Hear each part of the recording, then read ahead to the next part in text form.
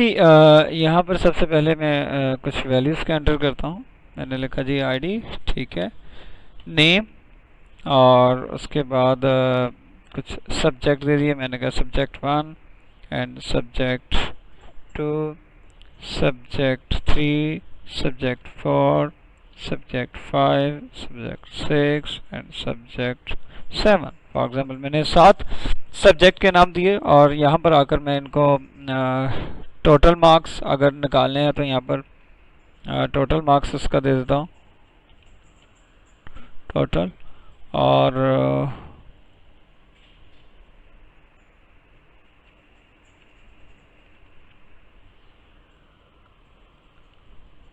Obtain marks, ठीक है।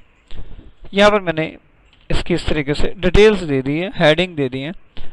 अब यहाँ पर नंबर्स भी एंटर कर दिया, इन नंबर्स को यहाँ तक ले आया, ठीक है। XYZ 1 2 3 4 5 कोई भी नाम इसके यहाँ पर दे दें और इनको ड्रैग कर दें। यहाँ पर सब्जेक्ट टाइप किए, ठीक है, कोई भी यहाँ पर सब्जेक्ट दे दिए, मैंने ये सब्जेक्ट दे दिए, यहाँ पर ये आगे सब्जेक्ट दे दिए, ये सब्जेक्ट दे दिए, यहाँ पर ये भी और ये भी, ठीक है। और उसके बाद यहाँ पर आपने टोटल मार्क्स खुद ही अंदाज़ा लगा लीजिएगा आपके पास क्या मार्क्स होंगे।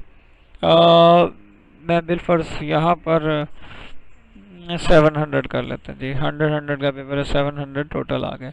अब हासिल शुदा जो मार्क्स हैं उसके लिए equal to sum bracket start, और ये मैंने रेंज दे दी आपके पहले सेल से लास्ट सेल तक, यानी कि C2 कॉलन आपके पास I2 तक रेंज आ रही है। कॉलन का मतलब होता है कि आपके इस सेल से लेकर इस सेल तक, यानी कि C2 से लेकर E2 तक, कॉलन यानी कि 2 का फंक्शन यहाँ पर कंसिडर किया जाएगा। इसको ब्रैकेट क्लोज की और मैंने एंटर कर दिया। मेरे पास यहाँ पर आंसर आ गया। आंसर मेरे पास इसका आंसर आया। यहाँ पर मैं एक फार्मूला और लगाता हूँ एवरेज का। एवरेज आपकी दो चीज़ों के ऊपर निकल सकती है, दो तरीक़ों से निकल सकती है आपकी। मैं एक तो यहाँ पर ऐसा करता हूँ, इक्वल का साइन देता हूँ, ठीक है, समझाने के लिए जस्ट मैंने यहाँ पर आपके ऑब्टेन मार्क्स जो हासिल शुदा मार्क्स हैं उनको डिवाइड कर देता हूँ 7 के ऊपर, जितने मेरे सब्जेक्ट्स हैं, ये मेरी इनकी एवरेज आ जाएगी, ठीक है। दूसरा तरीका ये है कि यहाँ पर आकर मैं कहूँ इक्वल टू AVG, मैं पूरे स्पेलिंग नहीं लिखता, AVG, ठीक है, और यहाँ पर इन 7 के साथ जो मेरे पास सब्जेक्ट्स हैं इनका रेफरेंस देता हूँ और एंटर कर देता हूँ, ठीक है। ये मेरे पास यहाँ पर आंसर आ गया, ये है मेरे पास एवरेज, ठीक है। आंसर देखिएगा कि क्या दो मैंने अलग अलग फंक्शन यूज़ किए हैं तो दोनों में क्या आंसर मेरे पास सेम आया कि नहीं आया, ठीक है। आपकी मर्जी है, एवरेज इस तरीके से लगा लें डिवाइड करके उतने सब्जेक्ट्स के साथ, या उतने सब्जेक्ट का आप सेल रेफरेंस नंबर दे दें, ठीक है, 7 के साथ का, तो सातों की एवरेज वैसे गई है, या आपस में कर लें, या फिर आपस में नहीं तो आप जो हासिल शुदा नंबर है उनको डिवाइड कर दें उतने सब्जेक्ट के साथ, उनकी एवरेज आ जाएगी, ठीक है ना। ये बेसिकली इसमें वर्क है। और इसके बाद प्लस और माइनस के बारे में भी आई थिंक से मैंने आपको बताया होगा इसके अंदर कि अगर आपने कुछ वैल्यूज़ को प्लस करना हो, मैंने इक्वल का साइन दिया, पहली वैल्यू माइनस, दूसरी वैल्यू एंड एंटर, 0 आ गया मेरे पास।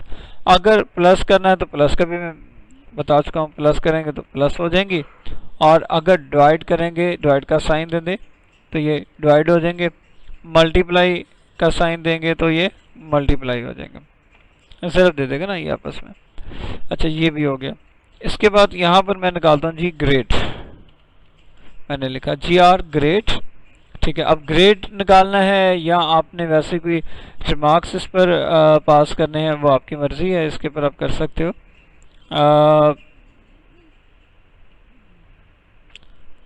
मैं इसको यहाँ पर करता हूँ आपकी equal to if bracket start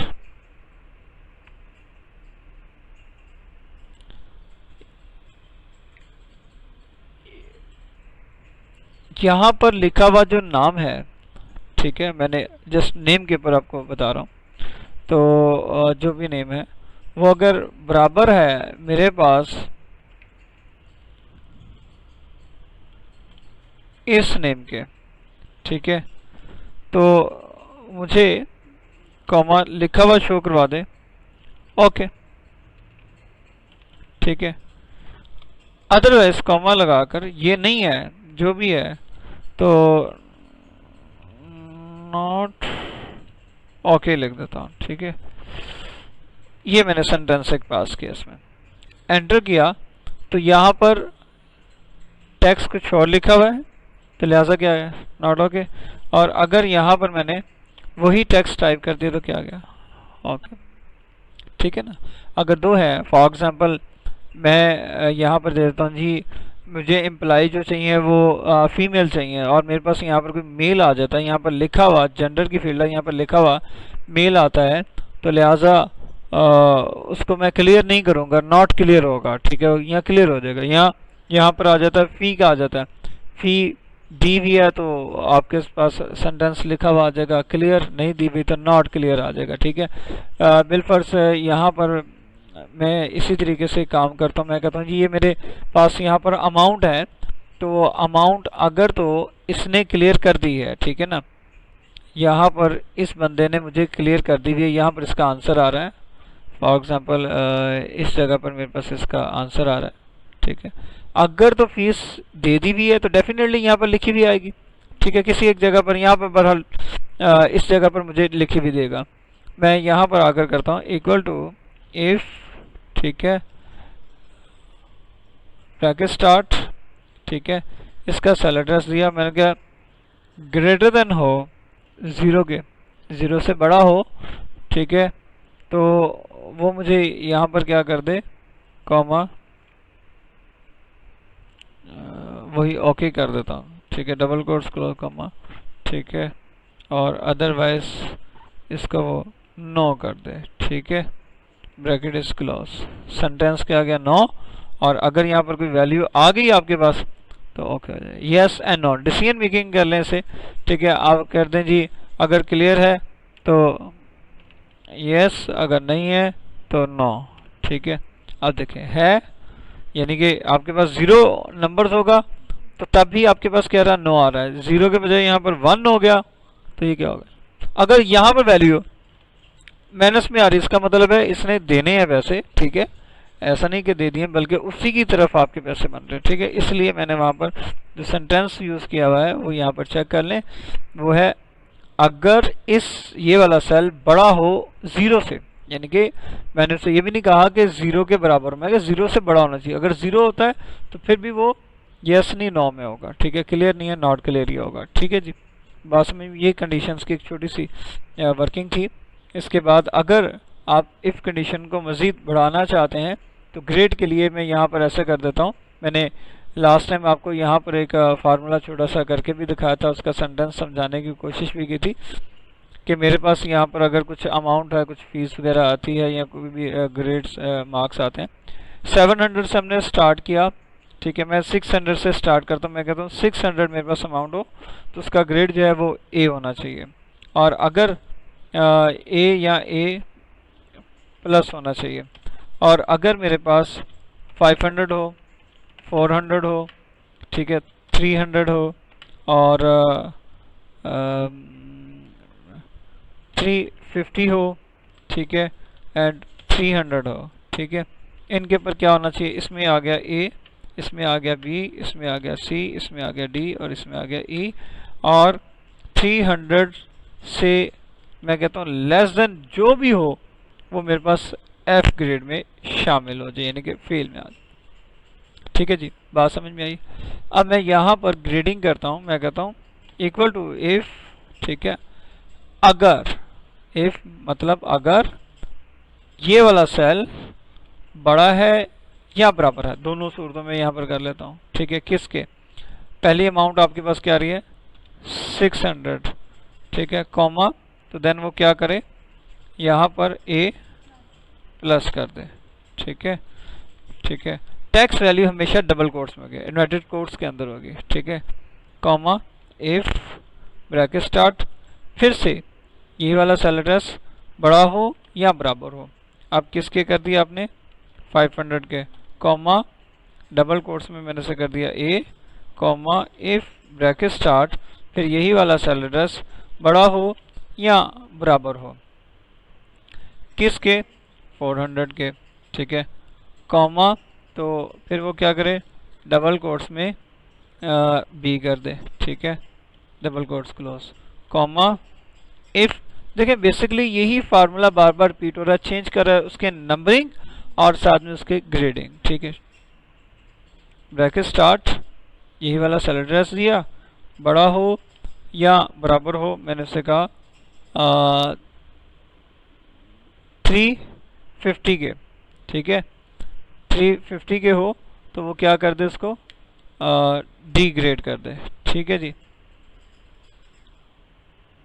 sorry C grade कर दे, ठीक है जी, सी कर देता हूँ, ये अमाउंट नीचे पर भी कोई बात नहीं, ठीक है, सी डबल कोट्स में सी, कॉमा इफ ब्रैकेट स्टार्ट, यही वाला सेल अगर बड़ा हो या बराबर हो 300 के, कॉमा डबल कोट्स में आप क्या आ जाएगा आपके पास डी, डी नहीं है, ई नहीं लिखा, ए बी सी नहीं 300 है, अच्छा अच्छा अच्छा, चले कोई बात नहीं, वो गलती होगी ना, चले कोई बात नहीं, उसे छोड़ देते हैं, अब उसे ख़त्म करते हैं हम। हाँ चले जी, डी तक किया और कॉमा इफ ब्रैकेट स्टार्ट, यही सेल एड्रेस, ठीक है, मैं कहता हूँ लेस देन, बेसिकली आपको लेस देन समझाना है, लेस देन 300 हो तो कॉमा इसको बस फेल कर दे,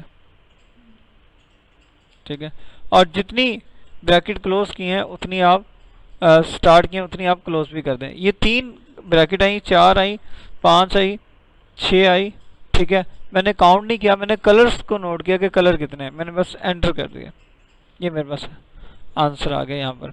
अब आपके पास यहाँ पर नंबर जो भी होते हैं उसके मुताबिक वैल्यूज़ जो है वो आपके पास चेंज हो जाएगी, ठीक है, ग्रेड वगैरह आपके पास चेंज होते जाएंगे। आपके पास यहाँ पर ये आ गया, ठीक है, आपके पास ये वैल्यूज़ आई, ठीक है, यहाँ पर आपके पास ये वैल्यू आई, ठीक है, इसका भी ये कर देता हूँ, ये ले ए में आपका ट्रांसफ़र हो गया, ठीक है, ये आपके पास यहाँ पर इस तरीके से आंसरिंग आनी शुरू हो जाएगी, ठीक। अब यहाँ पर एक चीज़ और भी आपके पास मौजूद होगी कि अगर आपके पास एक आंसर आ रहा है किसी भी इसका ग्रेड का नीचे की तरफ और उसमें हमने काम करना है, जैसे कि यस एंड नो का अभी मैंने यहाँ पर अप्लाई किया था कि इसमें ये फ़ीस हो तो ये आना चाहिए, इसमें ये फ़ीस हो तो ये आना चाहिए, मैं उसी के ऊपर यहाँ पर करके दिखा देता हूँ रफ सा। ये तो चीज़ समझ में आ गई ना, ग्रेड तो आपका हो गया। अब मैं इसको ज़रा रिमूव करता हूँ यहाँ पर, क्योंकि 2 सेंटेंस हो गए, उनको मूव करना और उसके ऊपर काम करना मेरे लिए थोड़ा सा आसान हो जाएगा। मैं कहता हूँ इफ ब्रैकेट स्टार्ट, ये वाला सेल बड़ा हो 0 के तो यहाँ पर आ जाए यस, हेडिंग आपके पास फॉर एग्जांपल फ़ी की होगी, फ़ी दी है या नहीं दी, ठीक है, कॉमा अदरवाइज डबल कोट्स में से नो कर देंगे, फीस नहीं दी, ठीक है जी, मैंने एंटर किया। ये बेसिकली फील्ड आपकी क्या होगी, फ़ी की होगी, ठीक, कि इस बंदे ने यहाँ पर फ़ी पे नहीं की। अब मैं इसे यहाँ से पकड़ के नीचे की तरफ ड्रैग करता हूँ। अब यहाँ पर आप देख लें, जब भी आपके पास किसी भी जगह पर जब अमाउंट को मूव करेंगे तो वैल्यूज़ आपके पास कोई ना कोई कहीं ना कहीं मौजूद होगी ज़रूर, ठीक है। अब देखिए इसमें से कुछ जो है वो यस है और कुछ जो है वो नो है। मैं कहता हूँ जो यस हैं उनका कलर जो है ग्रीन हो जाए और जो नो है उनका कलर रेड हो जाए ऑटोमेटिकली, कोई वैल्यूज़ क्योंकि बाद में भी कोई आ सकता है, ठीक है।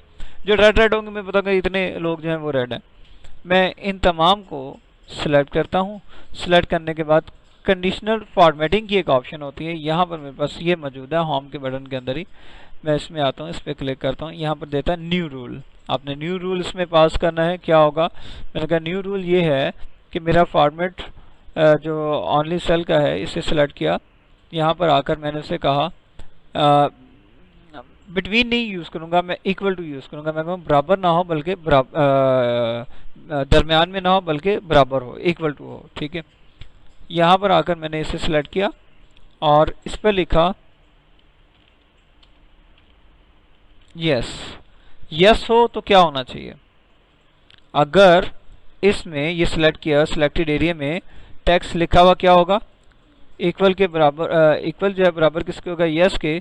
तो मुझे कलर क्या शो करवाएगा, फिल में जाकर मैंने इसे कह दिया जी मुझे कलर ग्रीन, ये वाला ग्रीन शो करवाए। ओके किया और फिर इसे ओके कर दिया। अब देखिए जो जो यस है उन तमाम को उसने ग्रीन कलर का कर दिया। अब दोबारा इसमें गया, एक दफ़ा फिर न्यू रूल में आया और यहाँ पर आगे फिर इसी को सिलेक्ट किया और यहाँ पर इक्वल टू के ऊपर क्लिक किया, इक्वल टू के ऊपर क्लिक किया और यहाँ पर आकर मैंने उसे कर दिया नो। नो हो तो फिर क्या होना चाहिए, फिर कलर जो है वो रेड होना चाहिए, ये वाला कलर। ओके किया, यहाँ पर ओके किया। अब यहाँ पर देखें, अब यहाँ पर आपके पास किसी एक में वैल्यू आ गई तो उसे उसने क्या कर दिया, यस। किसी में भी आ गया तो उसे क्या कर दिया।